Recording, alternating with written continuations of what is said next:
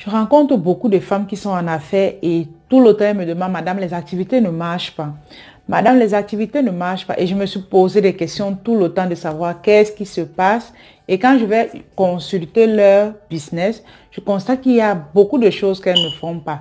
Donc ici, je vais énumérer 2 points dans la vente que beaucoup ici ne pratiquent pas. Donc, restez jusqu'à la fin pour vraiment ne rien rater de ces points-là. Pour toi qui ne me connais pas, je suis Anastasie Kadi, entrepreneur e-commerce, très passionnée de business d'ailleurs. Donc, toi qui es nouvelle, je te prie de t'abonner, de cliquer sur la cloche de notification pour ne plus rien rater.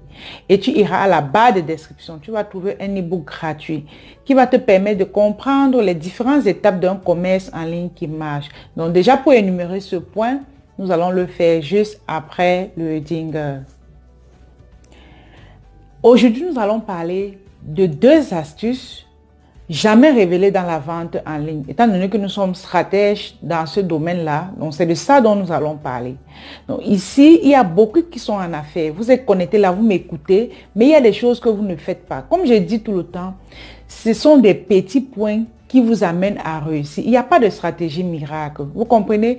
Ici, déjà, quand vous venez en ligne, d'accord? Quand vous venez en ligne, vous deviez, comme premier point, vous deviez arriver en ligne comme un solutionneur. Ça veut dire quoi? Solutionneur, c'est celui-là qui vient pour apporter des solutions. D'accord? Et quand tu viens pour soigner la blessure d'une personne, tu ne viens pas comme si tu venais le supplier. C'est ça. Tu ne viens pas comme si tu venais le supplier. Parce que la vente a révélé quoi? Quand tu viens comme si tu venais supplier un prospect, il ne va pas acheter. Vous deviez être sûr de votre produit, sûr de votre prix. Parce qu'il y a des personnes, ici vous êtes d'accord avec moi, que quand vous voulez donner un prix, vous-même, au fond de vous, vous dites que c'est cher. Non, il n'y a aucun produit qui est cher. Il y a plusieurs éléments qui tournent autour d'un produit. Et c'est par rapport à ça qu'on fixe un prix. Il y a beaucoup de valeur ajoutée. Donc, cessez de mettre en tête qu'un produit est cher. Ça n'existe pas. Un produit est cher. Et pour toi-même qui penses que ton produit est cher, c'est parce que déjà ton mindset n'est pas positionné. Ça veut dire que si tu as un bon mindset, c'est à toi de décider qui tu vas servir. C'est à toi de décider à combien tu vas vendre ton produit. Et lorsque tu vas décider à combien tu vas vendre ton produit, tu ne pourras attirer que des personnes qui vont acheter ce produit-là. Donc, ça veut dire que si vous avez un téléphone comme ça, ton concurrent vend à 10 000, toi tu dis que ok, moi je vais vendre à 20 000. Laisse-moi te dire que tu pourras vendre parce que c'est toi qui as décidé de combien est-ce que tu vas vendre et tu vas te positionner comme cette personne-là et attirer des personnes également qui peuvent acheter ce téléphone. Il s'agit ici de la psychologie de vendre. Vous deviez venir en ligne, vendre en vous positionnant, comme j'ai dit, comme un solutionneur. Si vous ne le faites pas, vous n'auriez rien. Parce qu'il y a beaucoup parmi vous ici, vous vendez en ligne par exemple. Vos visuels de communication n'ont rien à voir avec ce que vous faites. Tout est flasque. Les gens ne vous font pas confiance, tout simplement parce que ce que vous présentez ne donne pas envie, ne donne pas l'envie vraiment d'acheter. Vous comprenez? Donc, positionnez-vous comme quelqu'un là qui est sûr de lui. Tout ce que vous faites brille en fait. Tout ce que vous faites, ça brille. Et ça va pousser les gens à venir acheter chez vous. C'est ça qu'on appelle la méthode AIDA. La méthode AIDA, c'est quoi? C'est d'abord d'attirer le client. Quand vous attirez le client, cela passe par des écritures, cela passe par des couleurs. Il y a plusieurs éléments. Parce que quand vous faites des publications, il faudrait que cela ait un élément qui va pousser quelqu'un à s'arrêter sur votre post. Quand il s'arrête sur votre post, d'accord, il va maintenant chercher à comprendre ce que vous avez dit dans ce post.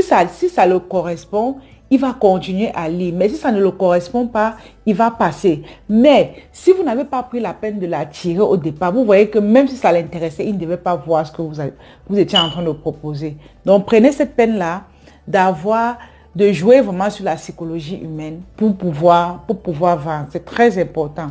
Comme deuxième point ici, nous avons la prospection. Là, c'est vraiment le point le plus intéressant. Comme je dis tout le temps, il y a beaucoup qui ne vont pas prospecter. À l'époque, on allait cogner les portes pour proposer nos services. Mais pourquoi en ligne, vous ne le faites pas? Vous n'allez pas cogner les portes. Pourquoi? Même le plus médiocre, si vous ne connaissez même pas les algorithmes Facebook, vous ne savez même pas comment avoir des stratégies de vente et tout, allez prospecter. allez dans les groupes qui vendent les mêmes services ou les mêmes produits que vous. Quand vous allez aller dans ce groupe, automatiquement, vous allez trouver des personnes qui sont intéressées par ce genre de produit dont vous proposez et vous allez dans leur Messenger, vous leur prospectez, vous leur présentez votre service ou votre produit, vous leur dites qui vous êtes, ainsi de suite. C'est donc là où je parle de l'importance de la page. Pourquoi? Parce que à ce niveau, qu'est-ce qui va se passer? Vu qu'ils ne vous connaissent pas, vous comprenez, ça va faire que à ce niveau, ils vont vouloir connaître qui vous êtes davantage. Et cela ne peut que passer soit par votre chaîne YouTube, soit par votre page Facebook. Parce que quand vous allez discuter, ils vont dire, mais qu'est-ce qui prouve que vous êtes réel? Et de là, vous allez prendre votre lien que vous avez copié, vous venez coller sur votre communication. Il pourra voir qui vous êtes. Et maintenant, là, il pourra vous faire confiance et acheter votre produit. C'est là où intervient vos réseaux sociaux. Ne négligez pas ce côté-là. Mettez du contenu comme il faut et quand il faut et tous les jours, même si c'est un post par jour. Cela va permettre de renforcer votre confiance envers les gens. Ici, je vais mentionner aussi autre chose. Il peut même arriver que vous venez leur présenter votre page de vente, votre page Facebook, vous comprenez? Mais ils ne sont pas prêts à acheter puisque vous êtes venu avec un service à l'instant, ils n'étaient pas prêts. Mais l'idéal pour vous, c'est de les enregistrer parce qu'il y aura un suivi après. Vous les enregistrez et lorsque vous les enregistrez, d'accord, vous allez les relancer 2 à 3 semaines après. Mais l'idéal ici, c'est quoi? C'est que vous vous êtes fait connaître par une personne de plus. Quand on est en affaires, l'idéal, c'est de se faire connaître davantage. Donc, allez vers les gens, soyez plus visible. Lorsque vous serez plus visible, vous allez plus vendre également. Donc, c'est tout ce que j'avais à partager avec vous aujourd'hui. Toi qui es nouvelle, je te prie déjà de t'abonner, de cliquer sur la cloche de notification pour ne plus rien rater.